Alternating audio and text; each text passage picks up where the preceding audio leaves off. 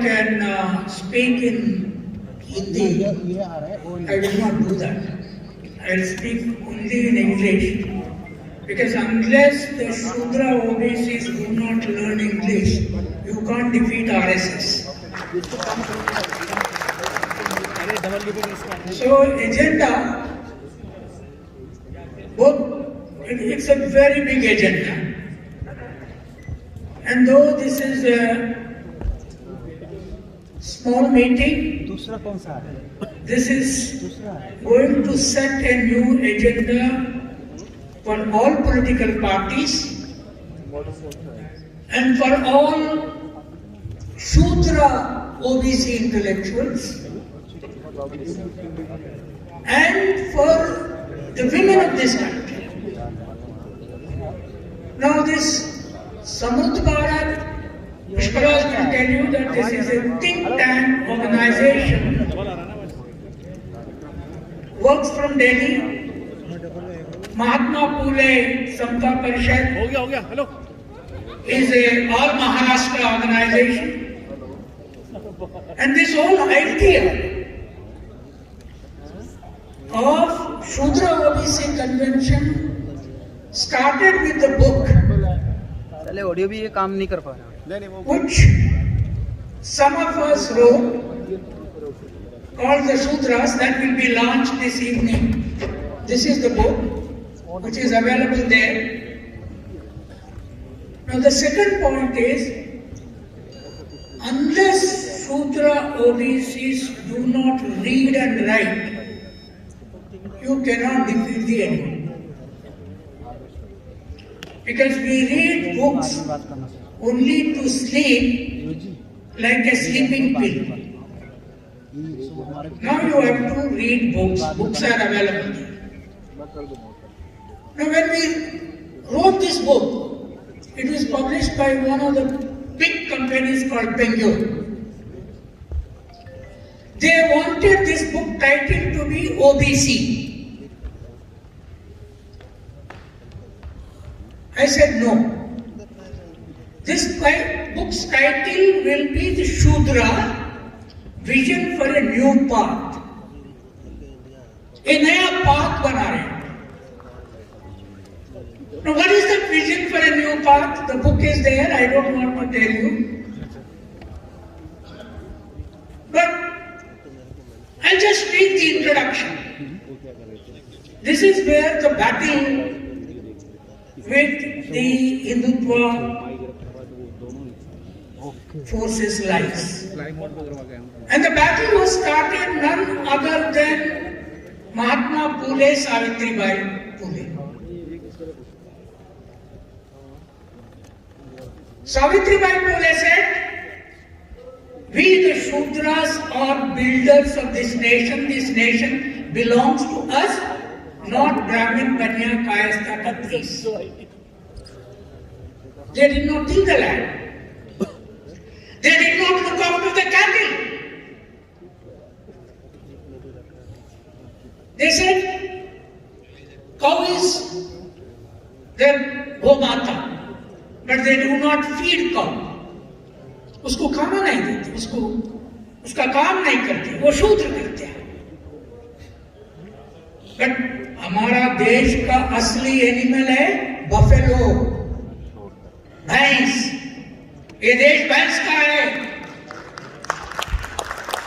जो हड़प्पन सिविलाइजेशन ने बनाए थे 1500 years before Aryans came here.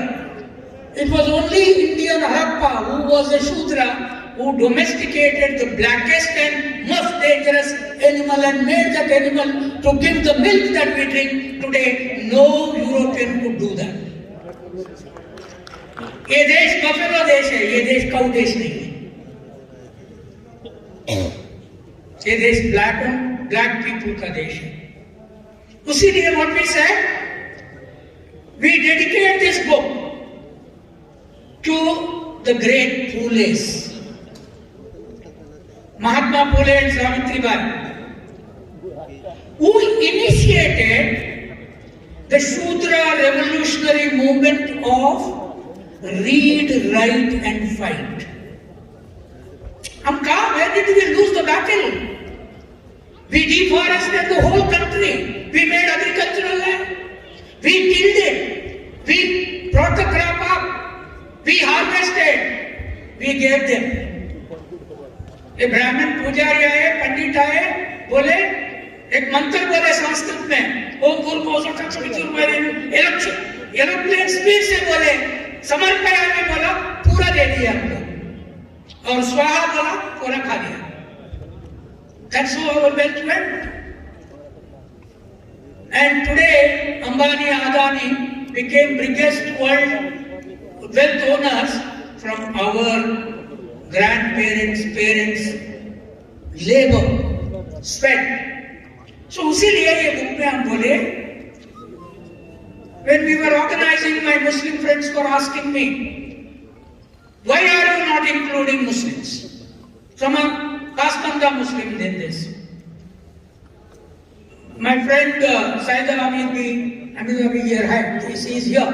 They have been asking me.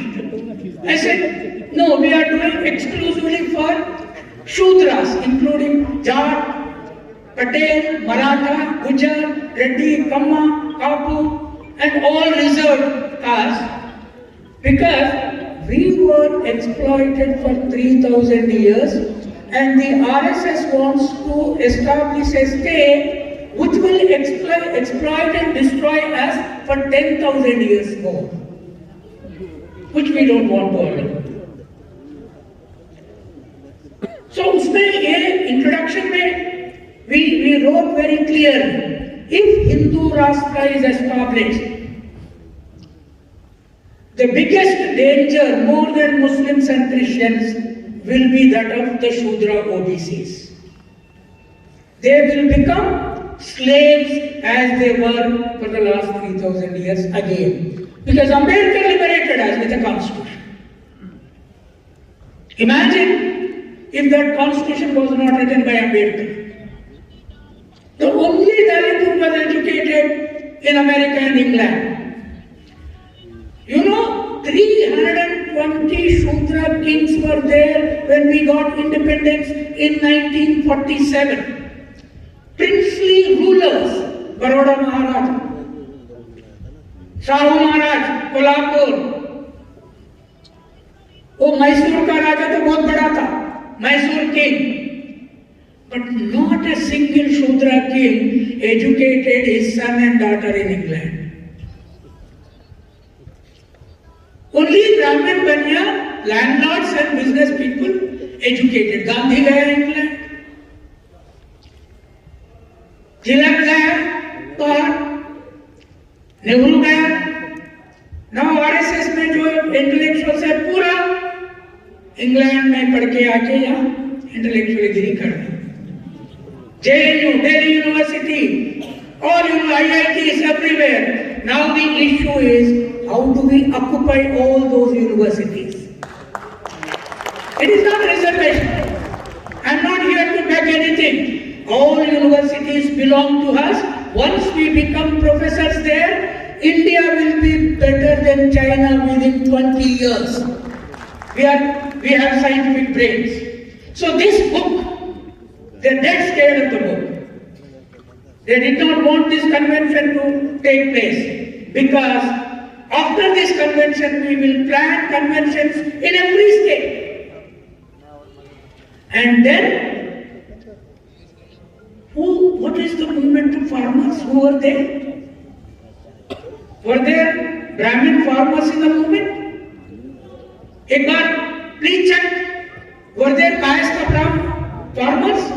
Were there Banya farmers? Were there Khatri farmers? Were there Kshatriya farmers? All farmers were Shudra OBCs. And for the first time, they won a historic battle. Never before farmers fought such a big battle with 750 people dying, not even in independent struggle. Jallianwala Bagh में 100 people मारा गए थे. But in this, 750 people. But they won the battle. And with Janagadana issue, all over the country, there will be much bigger movement than farmers movement. Are you ready for that or not? हाँ? ऐसा बोले तो मोदी सुनेगा नहीं. Are you ready to die for this SC, ST, OBC cause for Ambedkar, Phule cause or not? Once you are prepared to die, this land will be safe. Is it right or wrong? So this OBC convention is not like just political parties. हम vote लेंगे फिर सत्ता करेंगे. We have seen sattas. I am now 70 years old, and I was a child of a shepherd boy. For thousands of years he lit raids. My father doesn't even know what is language actually. He only knows sheep. ऐसा mutton खाना उसको अच्छा माना. बेरकाया बेटकाया नहीं खाते थे. Vegetarian नहीं थे. अरे वेजिटेरियन खा के देश को रक्षा नहीं कर सकते. जाके तुम चाइना से वेजिटेरियन दाल बेरकाया बेटकाया खा के योगा करते हुए चाइना का गार्डन पे करो. वो आके लेसन देगा. वो पूरा आते हैं और कराटे से आते हैं, कराटे से मारेगा. ये योगा वेजिटेरियन नहीं चलेगा. You have to eat all the protein food and fight with China and Pakistan. We are not going to compromise. Because this land belongs to us. This land doesn't belong to those who do not till the land. It belongs to us. We protect it. But how? We protect it with wisdom now. And what wisdom? English wisdom. ये हिंदी को जरा छोड़ दीजिए. हिंदी, तेलुगु, तमिल ये भाषाओं में सत्ता नहीं है. फिलॉसफी नहीं है. ये भाषाओं में स्लेवरी है. So that is the reason why this Shudra OBC movement will already started a bigger movement in the country that all government schools will be English medium hereafter. होना है या नहीं होना? वो बहुत नहीं सर, वो डाउटफुल देखा. मदर टंग है ना. अरे क्या मदर टंग, फादर टंग क्या है? इंग्लिश है. गांधी का फादर टंग, गांधी इंग्लिश सीख लिया. कस्तूरबा को गुजराती. फादर टंग इंग्लिश, मदर टंग. सब लोग इंग्लिश में जाके बस इंग्लिश सीख.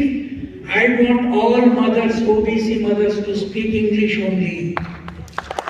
They should be in the airports. They should be flying. Why they should fly and we should travel in the buses? You don't want fly? If you want women's power, all mothers. Imagine a day. Andhra Pradesh government started complete English medium in government schools. People went to the court and Jagan Mohan Reddy fought. Now English medium schools started, and you know what they did? One page Telugu the same book, another page English. And every child gets shoe, bag, food, everything in the school. All government schools are equivalent to your private world-class schools. Make the school the best. And every SC, ST, OBC girl and boy is educated up to 12th class. In the village, there will not be rapes at all. They will not allow. Educated women will know how to fight. So this whole battle is, and Janagana, what are they saying? No, if the census are taken, OBC's number may be shown less now, other caste number may be shown more. Therefore, even the 27% of reservation may be in the danger. I am saying, I'm a shepherd. I believe in counting my sheep every day. I believe in science, not myth. If my caste number is less, I will take only that much share in it. If somebody is more, Tomorrow, let us say all Brahmins constitute 30% of India. You take 30% only. But now they have 90%. Therefore, old ministers are arguing, present ministers are arguing. No, caste census are dangerous. Why? Because even this reservation. I said, if that is the science, I don't care. We'll go by science, not by myth. Therefore, today, the OBC convention started in this hall, which was very difficult to get. The organization cancelled 3 halls. They were not giving permission, they were not accepting. For us, Corona comes, for them, no Corona. So, in spite of this meeting is taking place. It is the beginning of the fight of the Shudra OBCs like our farmers. Will you agree or not? You have to make it. The issue is before the young people. If you don't start, read, write and fight, you can't win the battle. Ambedkar said, educate, agitate and organize. At that time, illiteracy. Now we are school educated at least. Now the slogan is, read, write and fight. You have to read, you have to write, you have to fight, and that too in English only. Then you will become global citizen. You are Indian, you are global. And they all become. South India say, why there are so many CEOs in America? Most of them are Tamils. Your Kamala Harris, Vice President in America. And now there are many South Indians. Why? Because they know English. There is English tradition in South India. But in North India, you people were stuck with Hindi. And they want to exploit your Hindi sentiment and keep you slaves forever. So therefore this battle, this book says, English is our liberation source. Don't forget that. It was Savitri Bai who said, English mera maa hai. That is what Savitri Bai said. So therefore, this convention is meant to change the course of thinking of Shudra OBCs, including George. I went to Ashoka University to give a lecture. 110 leadership course students were there. I asked their caste numbers. Out of 110, 46 were Brahmins, 35 were Banyas, and then few other. I asked, is there a chart here? Not a single one. So therefore, my point is, unless we send our children to very good schools and higher education, English medium, they can't read English, and buy this book. Make a library in your house. If OBCs don't have libraries, their children cannot prosper. Thank you very much. Thank you so much. It is always tempting to listen to you, and it was very difficult for me to stop you.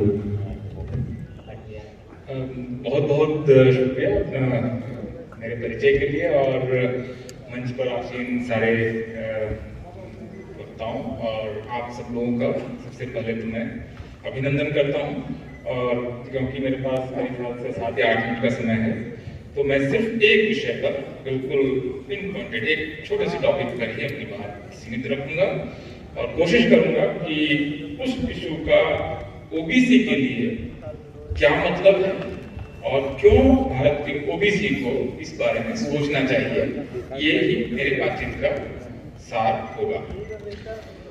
जब हम OBC की बात कर रहे हैं तो इस देश की कितनी बड़ी आबादी के बारे में बात कर रहे हैं, इसके बारे में हम इस समय पक्के तौर पर कोई बात नहीं कर सकते। हमें मालूम नहीं है कि भारत में ओबीसी कितने हैं। जो ओबीसी लीगल फ्रेम के हिसाब से जो वर्ड है, जो टर्म है, वो टर्म कितनी आबादी को रिप्रेजेंट कर रहा है, इसके बारे में आज की तारीख पर हमारे पास कोई आंकड़ा नहीं है। अगर आप मुझसे अभी पूछेंगे कि भारत में कितने भैंस हैं, प्रोफेसर कांचाली है, तो मैं गवर्नमेंट ऑफ इंडिया की वेबसाइट पर जाकर ये देख सकता हूँ कि भारत में कितनी भैंस है, कितनी गाय है, ये भी मैं आपको बता सकता हूँ, कितनी ऊंट है ये बता सकता हूँ, कितने शेर हैं, कितने बाघ हैं। पूछिए मुझसे, मैं आपको गूगल करके भी बता दूंगा 2-3 मिनट के अंदर, भारत सरकार की वेबसाइट से बता दूंगा कि इन पशुओं की, जानवरों की कुल संख्या कितनी है। लेकिन आप भारत सरकार से पूछिए, भारत में कितने ओबीसी हैं? क्यों आप ओबीसी को 27% ही दे रहे हैं? क्यों ओबीसी की जो राजीव गांधी नेशनल फेलोशिप है उसकी संख्या 300 ही क्यों है? ओबीसी का जो फंड है नेशनल गवर्नमेंट की ओर से वो 7,000 करोड़ ही क्यों है? और जो आप ओबीसी को फंड देते हैं, हर राज्य को केंद्र सरकार की तरफ से जो फंड जाता है वो आप कैसे देते हैं? उत्तर प्रदेश को कितने रुपए देते हैं? क्यों देते हैं उत्तर प्रदेश को इतने ही रुपए? बिहार को इतना क्यों देते हैं? तमिलनाडु को इतना क्यों देते हैं? संख्या तो आपको मालूम नहीं है। तो किस राज्य में कितना ओबीसी है इसके बारे में जाने बगैर आप ओबीसी के डेवलपमेंट के लिए फंड देते हैं, उनकी स्कॉलरशिप तय करते हैं, उनका रिजर्वेशन तय करते हैं। तो ये सारा कुछ आप बगैर डाटा करते हैं। तो ये कैसे करते हैं दरअसल? तो इस सवाल को जब पूछा गया पार्लियामेंट में तो उन्होंने कहा कि नहीं, ओबीसी की संख्या तो हमें नहीं मालूम है, लेकिन टोटल पॉपुलेशन मालूम है, तो उसके हिसाब से हम दे देते हैं। आप समझ रहे हैं? एक आप अंधी सुरंग में इस देश के ओबीसी को डाले हुए हैं और ओबीसी के बारे में आपको कुछ भी नहीं मालूम है। तो 52% का जो फिगर है मंडल कमीशन का, ये फिगर तो 1978 का है। इसके बाद 900 से 1000 जातियां और इसमें ऐड हुई है। और मान लीजिए कि ग्रामीण जातियां हैं तो इनकी आबादी तेजी से बढ़ी होगी। तो आज की तारीख में मोटा अनुमान आप लगा सकते हैं कि 60% के आसपास पॉपुलेशन इस देश की ओबीसी की है। अब ओबीसी की पॉपुलेशन अगर 60% है तो नॉर्मेटिव आइडिया ये है कि देश की संपदा में, देश चलाने वालों में, एकेडमिया में, यूनिवर्सिटीज में, न्यायपालिकाओं में, ब्यूरोक्रेसी में 60% के आसपास ओबीसी होने चाहिए, क्योंकि इस देश को बनाने का ठेका किसी खास जाति को भारत के संविधान निर्माताओं ने नहीं दिया है। तो 60% पॉपुलेशन की अगर 60% हिस्सेदारी होनी चाहिए, तो मैं आपको एक छोटा सा, आप अगर स्टडी करना चाहें तो आप जहां पर भी बैठे हुए हैं, यहाँ से 4-5 किलोमीटर के दायरे में भारत का जो क्रीम है, जो भारत को चलाता है, वो मौजूद है। इसमें आपको सारे मंत्री होंगे, सारे टॉप ब्यूरोक्रेट्स होंगे, सारे जुडिशियरी के बड़े लोग होंगे, सारे महत्वपूर्ण लोग इसी 4-5 किलोमीटर के दायरे में भारत के लोग, भारत को जो चलाते हैं वो है। और अगर आप इसमें देखेंगे तो सिर्फ पॉलिटिक्स अकेला क्षेत्र है जिसमें ओबीसी की थोड़ी बहुत हिस्सेदारी है, बाकी क्षेत्रों में ओबीसी मिसिंग है। आप समझ रहे कितनी बड़ी कैलामिटी है कि भारत को चलाने वाला जो क्लास है उसमें ओबीसी गायब है। आप भारत में सेंट्रल यूनिवर्सिटी में ओबीसी वाइस चांसलर ढूंढ लीजिए, शायद एक भी नहीं मिलेगा। सेंट्रल सुप्रीम कोर्ट में जजेस ढूंढिए, सिर्फ एक जज मिलेगा। भारत के आपको जो 88 सेक्रेटरीज हैं उसमें आपको ओबीसी एक भी नहीं मिलेगा। एडिशनल सेक्रेटरी 146 आपको ओबीसी में एक मिलेगा। ये स्थिति है भारत की। तो हम जितना भी कह लें कि हम राजा थे, जो कि थे, जो बाबा साहब हुए सूत्रास में कहते हैं कि क्षत्रिय थे जिनको जनेऊ पहनने का अधिकार ब्राह्मणों ने नहीं दिया, क्योंकि ब्राह्मणों के साथ कॉन्फ्लिक्ट में चले गए, उनकी श्रेष्ठता नहीं मानी, इस वजह से जनेऊ से वंचित किए गए, इस वजह से ओबीसी को शूद्र बनाया गया। ये बाबा साहब की थीसिस है हुए सूत्रास में। तो आप पुरानी ग्लोरी को कब तक चलाते रहेंगे कि यदुवंशी क्षत्रिय थे, कुरुवंशी क्षत्रिय थे, है क्षत्रिय थे? इसकी ग्लोरी आपको आज काम नहीं आ रही है। तो इस वजह से बहुत जरूरी है कि इस हिस्ट्री के इस खास जंक्चर पर हमको सबसे पहले ओबीसी की संख्या जाननी चाहिए। अब मैं सिर्फ आपको बता रहा हूं कि ओबीसी की संख्या न जानने से इस देश में इस समय अगले 2 से 3 साल में कौन सी 4-5 बड़ी प्रॉब्लम आने वाली है। और अगर इस समय ओबीसी की जनगणना नहीं हुई तो अगली जनगणना कब होगी? 1931 में, 2031 में। तो ये देश चलेगा कब? 1931 की जनगणना के आंकड़े के आधार पर आपको 2031 में, और 31 में अगर आप समझ रहे हैं 100 साल पुराने डाटा से इस देश को चलाना पड़ेगा, क्योंकि जाति गिनने से इस देश की सरकारों ने इनकार कर दिया है। आजादी के बाद से इन्होंने सोचा कि नहीं गिनेंगे तो खत्म हो जाएगी जाति, ऐसा तो हुआ नहीं। तो ये अगर नहीं गिना गया तो देखिए क्या क्या बड़ी प्रॉब्लम आएगी। पहली बड़ी प्रॉब्लम, ये जो डेवलपमेंट प्रोसेस है ओबीसी के लिए कितना देना है, क्या करना है, कितने पोस्ट रखने हैं, ये आप नहीं तय कर पाएंगे। सबसे बड़ी प्रॉब्लम तो ये है। ओबीसी के लिए आप भारत का कितना फंड रखेंगे ये आप तय नहीं करेंगे, जैसे कि SC/ST के आप रख देते हैं, लेकिन आप ओबीसी के नहीं रख पाएंगे। दूसरी बड़ी प्रॉब्लम, इस देश की हर न्यायपालिका आज की तारीख में डाटा मांग रही है। ओबीसी का आरक्षण मध्य प्रदेश में खत्म हो गया, डाटा कहाँ है? डाटा नहीं है सर, तो डाटा तो केंद्र सरकार के पास है। केंद्र सरकार ने कहा हमारा डाटा तो खराब हो गया 2011 का, हम डाटा नहीं देंगे। लोगों ने कहा कि सुप्रीम कोर्ट से आप ऑर्डर कर दीजिए कास्ट सेंसस के लिए, उन्होंने कहा नहीं करेंगे। तो डाटा नहीं है इसलिए रिजर्वेशन नहीं मिलेगा, लेकिन डाटा हम मांगेंगे भी नहीं केंद्र सरकार से। ये स्थिति है। महाराष्ट्र का आरक्षण ओबीसी का खराब हो गया। आपको तमाम ये जो सवाल हैं ये आपको लगातार आप परेशान करेंगे। ओबीसी का आरक्षण पर अगला जो हमला है, पंचायत के आरक्षण पर पहला हमला हुआ है, दूसरा हमला नौकरी पर होने वाला है। तत्काल एक्ट करने की जरूरत है। इस बार अगर जाति जनगणना नहीं होती है तो भारत के ओबीसी को ऐलान कर देना चाहिए कि हम जनगणना में हिस्सा नहीं लेंगे। जनगणना कर्मी अगर हमारे घर पर आएगा, हमको हो सकता है चाय पिला दें, लेकिन आप हमारा डाटा नहीं ले सकते हैं, क्योंकि आप हमारा डाटा कलेक्ट नहीं कर रहे हैं। आप हमारे देश में, हमारे घर में कितनी गाय है ये पूछ के जा रहे हैं, लेकिन हम कौन है ये नहीं पूछ रहे हैं। आपको पहचान ही नहीं रहे हैं, आप आपको आइडेंटिफाई नहीं कर रहे हैं और हमारे लिए पॉलिसी बना रहे हैं, तो ये रिजेक्ट करना पड़ेगा। तीसरा बड़ा सवाल जो आ रहा है कि बहुत सारी जातियां इस समय ओबीसी में इंक्लूड होने के लिए छटपटा रही हैं, आंदोलन कर रही हैं, बड़े बड़े आंदोलन में, और हर आंदोलन में गोली चलती है। हर आंदोलन में, जाट आंदोलन का सवाल हो तब गोली चली, कप्पू आंदोलन में ट्रेन जला, महाराष्ट्र में इतना बड़ा मराठा आंदोलन हो रहा है, पाटीदार आंदोलन में गोलियां चली, 13-13, 14-14 लोग मर जा रहे हैं। क्यों हो रही है? क्योंकि केंद्र सरकार उनको ये नहीं कह रही है कि X या Y जाति आपकी टोटल संख्या इतनी है, आप सरकारी नौकरियों में इतने हैं, शिक्षा में आपकी ये स्थिति है, हम आपको आरक्षण देंगे या नहीं देंगे इस आधार पर तय कर रहे हैं। आप क्या करते हैं? सरकार के पास आंकड़ा है नहीं, सरकार की बाह मरोड़ने की कोशिश आंदोलनकारी करते हैं, सरकार गोली चलाती है। ये मॉडल है। इस समय इस प्रॉब्लम को रिजॉल्व करने का भारत सरकार ने ये मॉडल लिया है, आंदोलन होगा गोली चलाएंगे, जाटों का आंदोलन गोली चला देंगे। तो ये सवाल भी तभी हल होगा जब आपके पास डाटा होगा। आप डाटा को कर सकते हैं। देखिए आपकी पॉपुलेशन इतनी है, सरकारी नौकरी में आपकी हिस्सेदारी इतनी ऑलरेडी हो चुकी है, हम आपको आरक्षण नहीं देंगे या देंगे आप बहुत कम है।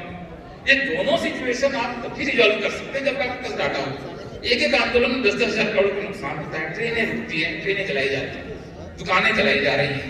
तो ये आप क्या देश को जाति की तरफ ले जाना चाहते हैं, या साइंटिफिक तरीके से डाटा के बेसिस पर आप इन इश्यूज को रिजॉल्व करना चाहते हैं? सरकार को ये तय करना है। तो ये आपको तीसरा बड़ा सवाल आ रहा है। और चौथा बड़ा सवाल मेरे ख्याल से ये है कि अगर ओबीसी को लेकर आपको एक फ्रेम में जाना है कि आप क्या करना चाहते हैं, तो आपको एक बेसिक का डाटा कलेक्ट कीजिए, क्योंकि अब जुडिशरी आपको बहुत परेशान कर रही है। जुडिशरी का जो स्ट्रक्चर आप जानते हैं, और आप जानते हैं कि लालू यादव जो चारा घोटाले के केस के बाद डिस्प्रोपोर्शनेट एसेट केस में बरी कर दिए गए, उन्होंने कोई करप्शन नहीं किया, कोई पैसा उनके पास एक्स्ट्रा एक भी पैसा ऐसा नहीं है, सारा पैसा जो था उसका उन्होंने हिसाब दे दिया है। अब एक कोर्ट ने कहा कि नहीं, आप यदि प्रदेश के मुख्यमंत्री थे, आपके दौरान करप्शन हुआ, तो करप्शन आप कॉन्स्पिरेसी में हिस्सेदार हैं, इसलिए आपको सजा दे देते हैं। सजा हो गई, पार हो गया टाइम। इसके बाद अरुण मिश्रा आते हैं, कोर्ट में केस खुलता है, कहते हैं नहीं ये ऐसा नहीं होगा। जैसे आप कल्पना कीजिए कि चोर घर में घुसा और 5 बक्से ले गया, एक केस होता है। उन्होंने कहा नहीं, जितने जिले से कलेक्ट्रेट से पैसा निकला सब अलग अलग केस है। अब अगर हर केस में सजा सुनाई जाएगी तो लालू यादव को इस देश में कम से कम 400 साल की सजा। ऐसा सुना है कि यहाँ डबल जीरो पार्टी होता है ना, कि एक अपराध के लिए आप दूसरी बार दंडित नहीं कर सकते, लेकिन अरुण मिश्रा ने कर दिया। अरुण मिश्रा को रिटायरमेंट के बाद नेशनल ह्यूमन राइट कमीशन का चेयरमैन बना के पुरस्कृत कर दिया। जिस तरह से देश चल रहा है वहां पर ओबीसी आरक्षण लगातार खतरे में रहेगा अगर डाटा नहीं रहेगा। इसलिए मैं आपसे गुजारिश करता हूँ और मंच से भी करता हूँ, सारे लोगों से कह रहा हूँ कि आप सिंगल पॉइंट एजेंडा में एक एजेंडा आपके लिए इंपॉर्टेंट है, तो वो एजेंडा इस समय कास्ट सेंसस का है, ये नेशन बिल्डिंग का एजेंडा है, क्योंकि ये भारत के 60% ओबीसी को हक, अधिकार, एजुकेशन, बैंक लोन में हिस्सेदारी। बैंक लोन आप देखिए ना, 11 लाख करोड़ रुपए मोदी शासन में एमपीओ हो गया। एमपीओ हो गया मतलब उद्योगपतियों ने ले लिया। क्या इसमें से एक भी रुपया ओबीसी के पास गया? सर सॉरी, ठीक है। तो मेरे ख्याल से आप इस पर विचार कीजिए कि ओबीसी सेंसस को इस बार कैसे कराना है, और अगर नहीं होता है कास्ट सेंसस तो उनको सेंसस का बहिष्कार कर देना चाहिए। इसका मेरे पास डेमोक्रेटिक राइट है कि हम आपके सेंसस में पार्टिसिपेट नहीं करेंगे, क्योंकि आप उनको आइडेंटिफाई ही नहीं करें, पहचान ही नहीं रहे। पहचाने का तब नहीं जज करते, हम किसी को बुलाते हैं घर में, चाय पिलाते हैं, तो पहचानते हैं ना कुछ देने से पहले। तो इस वजह से मुझे लगता है कि कास्ट सेंसस को सिंगल पॉइंट एजेंडा बनाकर अगले कुछ दिनों तक बातचीत होनी चाहिए। बहुत बहुत शुक्रिया। धन्यवाद मलिक साहब का। Now I request doctor Shefalika ji to speak. She teaches Hindi literature in BN Mandal College, Madhepur. Try wrap up in 6 minutes or so. मैं समृद्ध भारत के इस मंच से आप सबका यहाँ पर क्रांतिकारी इस्तकबाल करती हूँ। मजाज का एक शेर है जिससे मैं अपनी बात शुरू करना चाहती हूँ। तेरे माथे पे आंचल बहुत खूब है, लेकिन तू इस आंचल से एक परचम बना लेती तो अच्छा था। मैं कोसी के इलाके से हूँ। कोसी यानी कि मच्छर का इलाका, पानी का इलाका और दलदल का इलाका, कीचड़ का इलाका। और जहाँ कीचड़ की बात होती है वहाँ कमल की भी बात होती है। कमल हमारे यहाँ भी खिलते हैं, लेकिन हमारे यहाँ का कमल का रंग सफेद होता है, गुलाबी होता है। हमारे यहाँ कमल केसरिया अभी तक नहीं खिला है, इसीलिए हमारे यहाँ का कमल शांति लाता है, वैमनस्यता नहीं लाता, सांप्रदायिकता नहीं लाता। ये वही मधेपुरा है जहाँ से मैं हूँ। ये वही मधेपुरा की धरती है जहाँ भूपेंद्र नारायण मंडल समाजवादी नेता पैदा हुए, चिंतक पैदा हुए। जिस आरक्षण की बात, जिस मंडल कमीशन की बात हम लोग लगातार ऐसे मंचों से करते हैं, मैं उसी मधेपुरा से हूँ। और यहाँ पर मैं अपना परिचय देने नहीं आई हूँ। मैं यहाँ पर आरक्षण और महिला आरक्षण पर संक्षेप में जो मेरे पास 4 या 5 मिनट है, 6 मिनट है, मैं उस पर अपनी बात रखूंगी कि मुझ जैसी, मैं एक बहुत साधारण किसान परिवार से आती हूँ, और मुझे अब लगता है रेट्रोस्पेक्ट में जाके मुझे लगता है कि यदि आरक्षण नहीं होता तो क्या मैं इस मंच पर होती? यदि आरक्षण नहीं होता तो क्या मैं इस दिल्ली का कभी चेहरा भी देख पाती? क्या आरक्षण नहीं होता और जेएनयू जैसे संस्थान नहीं होते जहां पर डिप्रिवेशन पॉइंट मिलता है? डी राजा साहब यहाँ मौजूद हैं और हमें पता है कि यदि आरक्षण नहीं होता तो मुझ जैसी बहुत सारी लड़कियों का सपना ही रह जाता। और वही मधेपुरा, सहरसा, सुपौल और ऐसे कई सारे इलाके हैं जिससे वो बाहर नहीं निकल पाते। तो आरक्षण क्या है, और आरक्षण को लेकर जो भी तमाम बहसें हो रही हैं कि कास्ट सेंसस, जाति जनगणना क्यों नहीं होनी चाहिए और क्यों होनी चाहिए, उस पर जो पूरी बहस है उस पर बात करने की जरूरत है। मुझे तो लगता है कि इस 700 या 800 हॉल, इस हॉल की कैपेसिटी है, उस कैपेसिटी में हम बहुत कम संख्या में हैं।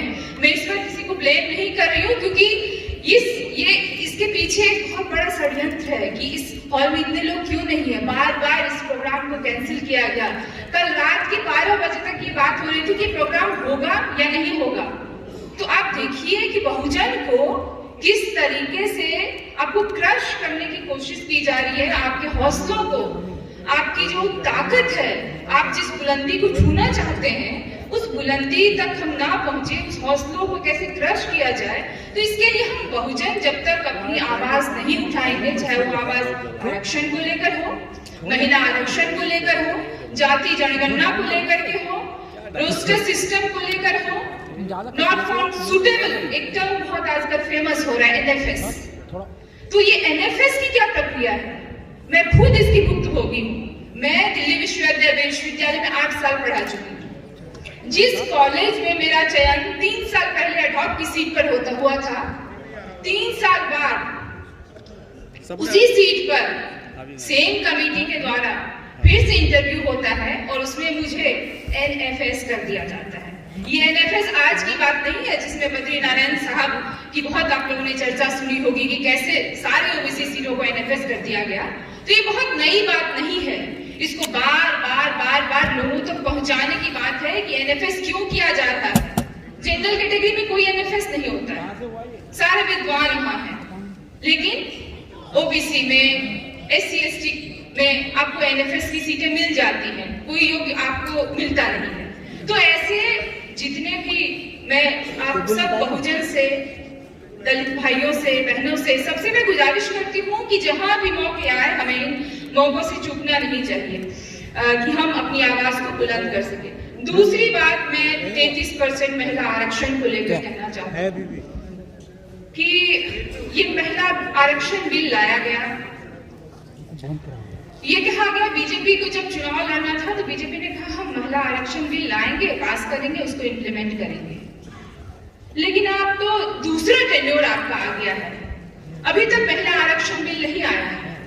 मुझे सुषमा स्वराज का, सोनिया गांधी का, वृंदा करात का एक पेपर में एक फोटो आया था कि वो मुझे चेहरा बार वो पिक्चर मेरे जहन में आता है कि अलग अलग पार्टियों के होने के बावजूद भी सारे लोग गले मिल करके बहुत सेलिब्रेट किए थे कि महिला आरक्षण बिल आ गया है, अब ये पारित हो गया है, अब ये लागू हो जाएगा।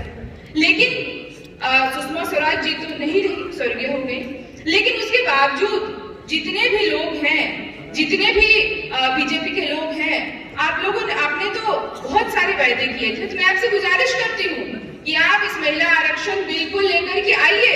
आप क्यों डर रहे हैं, किस बात से डर रहे हैं? और अभी उत्तर प्रदेश चुनाव होने वाला है, आपने उसमें देखा होगा कि प्रियंका गांधी ने कहा कि हम महिलाओं को 40% आरक्षण देंगे, बहुत अच्छी बात है। लेकिन जिन जिन स्टेट में आपकी अपनी सरकार है या थी, आपने क्या वहां पर महिला आरक्षण दिया? तो मैं आप सबसे गुजारिश करती हूँ कि हमें बहुजनों को अपनी आवाज को बुलंद रखना होगा, हम सबको एक नए सुबह के लिए तैयार रहना होगा। इनकलाब आएगा, रफ्तार से मायूस न हो। बहुत बहुत शुक्रिया। मैं अगले वक्ता के रूप में डॉक्टर लक्ष्मण यादव को आमंत्रित करता हूँ। वो भी कोई परिचय के मोहताज नहीं है, लगातार सामाजिक आंदोलन से जुड़े रहते हैं और सामाजिक न्याय से रिलेटेड यूट्यूब पर वीडियोस बनाते हैं। लक्ष्मण जी और जाकिर हुसैन में पढ़ाते हैं, एक वक्त हम दोनों एक साथ। जिसका लगा हुआ है। बहुत बहुत शुक्रिया सम्मानित मंच और इस सभागार में उपस्थित सभी गणमान्य लोगों को मेरा अभिवादन। आज इस राष्ट्रीय ओबीसी सम्मेलन में जो एक तस्वीर लगी है, मैं अपनी बात वहां से शुरू करूंगा और एक ही विषय पर अपनी बात रखूंगा। ये दुनिया एक बगीचे की तरह है और इस बगीचे को संभालने, संवारने और बचाए रखने के लिए हर दौर में माली की जरूरत होती है। वो कांटों को, बेतरतीब झाड़ियों को सहेज करके इसे खूबसूरत बनाते हैं, रहने लायक बनाते हैं। इस देश में भी एक माली ऐसा हुआ जिसे आम आवाम ने महात्मा का खिताब दिया, मगर उसे बिसरा दिया गया। मैं उस माली से महात्मा बने शख्स की एक सबसे तेज जलती हुई मशाल से अपनी बात यहां पर इस सभागार में रखना चाहता हूं और वो मशाल थी शिक्षा की। वहां पर किसी को लड़ाना नहीं। 19 अक्टूबर 1882 का दिन था। हंटर कमीशन के सामने इस देश के कमीरा जाति के लोगों की शिक्षा और किसानी की बात को रखने के लिए ज्योतिबा फूले अपनी बात रखते हुए एक कोटेशन देते हैं और वो ये कहते हैं कि इस देश में हुआ ये है कि थोड़े से लोगों ने, जिन्होंने न कभी जीवन में नहर बनाया, न बांध बनाई, उन्होंने पानी रोक लिया है और इस देश की बहुत बड़ी आबादी तक उस पानी को पहुंचने नहीं दिया। मैं उस बहुत बड़ी आबादी की तरफ से आपके सामने ये कहने आया हूं कि शिक्षा एक साथ उस पूरी कमेरा जाति की बहुसंख्यक आवाम की मुक्ति का रास्ता है, किसानों की मुक्ति का रास्ता है।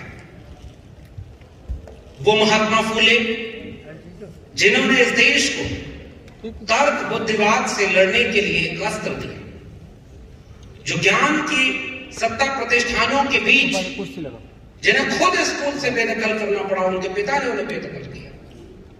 लेकिन फ्रांसीसी क्रांति, अमेरिकी क्रांति से होते हुए अपने गुलामगिरी संघर्ष करने वाले उन अमेरिकी क्रांति के योद्धाओं को समर्पित की और उनसे अपील की कि इस देश की मुक्ति तब होगी जब हम गुलामी से मुक्त होंगे। और वहां उन्होंने यह बात समझाई कि इस देश में जैसे जूते बनाना मोची का धर्म नहीं धंधा है, लकड़ी के औजार बनाना एक कुम्हार का धर्म नहीं धंधा है, वैसे ही इस देश में ब्राह्मण का पुजारी बनना और अवैध रूप से दान दक्षिणा पर कब्जा करना उसका धर्म नहीं धंधा है।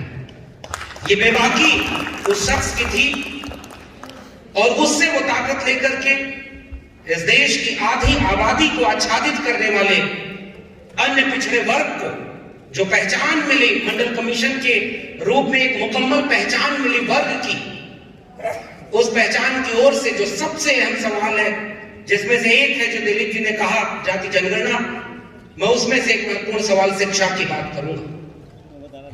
और शिक्षा की बात इसलिए क्योंकि उस आधी आबादी के साथ जो सबसे बड़ा संकट है इस देश के अन्य पिछड़े वर्ग के साथ, जो फिलहाल मुझे लग रहा है सबसे बड़ा संकट है, वो ये कि वो अपनी सांस्कृतिक जड़ों से उस हद तक नहीं जुड़ा है जितना उसे जुड़ना चाहिए। वरना ज्योतिबा फूले, सावित्रीबाई फूले से लेकर के ईवी रामास्वामी नायकर पेरियार, शिवदयाल सिंह चौरसिया, चंद्रिका प्रसाद जिज्ञासु, पेरियार मलई सिंह यादव, रामस्वरूप वर्मा, जगदेव प्रसाद कुशवाहा, अब्दुल कयूम अंसारी और आसिम बिहारी की तस्वीरें, उनकी किताबें, उनका संघर्ष इस देश के अन्य पिछड़े वर्ग के घर की किताबों के तौक में होता। और वो इसलिए नहीं हुआ क्योंकि हमने शिक्षा की अहमियत नहीं समझी। और अब इस समय देश में ये हो रहा है कि आपका हक आपसे छीना जा रहा है, और उसमें सबसे पहला हक जो छीना जा रहा है, चौतरफा हमलों का दौर है, उसमें जो सबसे खतरनाक हमला है, जिसका असर बहुत दूर तक होना है, वो है आपके बच्चों के हाथ से शिक्षा छीनी जाएगी। पहले वो स्कूल और विश्वविद्यालय जो पब्लिक फंडेड हुआ करते थे, उन पब्लिक फंडेड एजुकेशन सिस्टम में 1950 में जब भारत बना तो एक मुकम्मल मुल्क बना था, यानी जो हाशिए पर जिसे ढकेला गया उसे भी मुख्य धारा में लाना। तो किसी की जेब में कितना पैसा है इससे नहीं तय होगा कि उसे तालीम कैसे मिलेगी। इसलिए राज्य की जिम्मेदारी थी कि वो बेहतर स्कूल बनाए, वो बेहतर विश्वविद्यालय बनाए। और 90 तक वो काम धीरे धीरे हुआ, लेकिन 90 के बाद जब वो विश्वविद्यालय में पहली बार बहुजन तबके के लोग आने लगे, उसमें एक साथ पैरेलल एक तरफ नियोलिबरल पॉलिसीज आ रही हैं और दूसरी तरफ विश्वविद्यालयों में आरक्षण के बाद पहली बार लोग जब आए, उन विश्वविद्यालयों को ही बर्बाद करने की कोशिश शुरू हो गई। उस कोशिश में सब गुनहगार। और अभी वो कभी not available, not found suitable, तो कभी उनके लोग जब पीएचडी में इंटरव्यू देने जाते हैं, वहां एडमिशन नहीं, उनके मनमाफिक रिसर्च नहीं करने दिया। और वो खेल 2021 तक चलता है कि जेएनयू जैसे देश के सबसे प्रतिष्ठित संस्थान में रिजर्व कैटेगरी के लोगों को 30 नंबर के वाइवा में 1 नंबर दिया जाता है। इसलिए मुझे लगता है कि आज अगर हम इस ओबीसी कॉन्क्लेव में जो बात पंचायलिया सर ने कही, उसे आगे बढ़ाते हुए कि शिक्षा के साथ जो कई तरफ से हमला है, उसका मुकम्मल दस्तावेज उन्होंने बनाया है नई शिक्षा नीति। पहले वो विश्वविद्यालयों के ऊपर हमला करते रहे, जस्ट मिनट, वो ये कहते रहे कि विश्वविद्यालयों को बदनाम करेंगे, और अब उन्होंने नई शिक्षा नीति के जरिए किया क्या है, उस पूरे शिक्षा नीति के ड्राफ्ट में एक भी शब्द आरक्षण नहीं है, और वो सारी शिक्षा को प्राइवेटाइज करना चाह रहे हैं। इसलिए मुझे लगता है कि अन्य पिछड़े वर्ग के साथ अगर हम शिक्षित करने, और वो भी मल्टीपल लेयर से शिक्षा की, फिर कभी उस पर बात होगी, क्योंकि मंच की सीमा बहुत थोड़ी सी है। जाते जाते बस यही कि इस पूरे मुहिम को शिक्षा के साथ रोजगार से जोड़ करके नए रूप में अगर सामाजिक न्याय की लड़ाई को हम परिभाषित कर पाए, जो शिक्षा और स्वास्थ्य और रोजगार की लड़ाई, तब मुझे लगता है बेहतर होगा। और एक सुझाव कि अगर राष्ट्रीय ओबीसी सम्मेलन है तो पसमानदा आवाजों को भी हमें इसमें शामिल रखना चाहिए, ओबीसी की तमाम जातियों को जोड़ना चाहिए और मुकम्मल रूप से बड़ी लड़ाई लड़नी चाहिए। उम्मीद है कि हम बेहतर लड़ाई लड़ेंगे, पढ़ाई करेंगे और आने वाले कल में कुछ बचा पाएंगे जो विरासत में हमें मिला है। बहुत बहुत शुक्रिया। बहुत शुक्रिया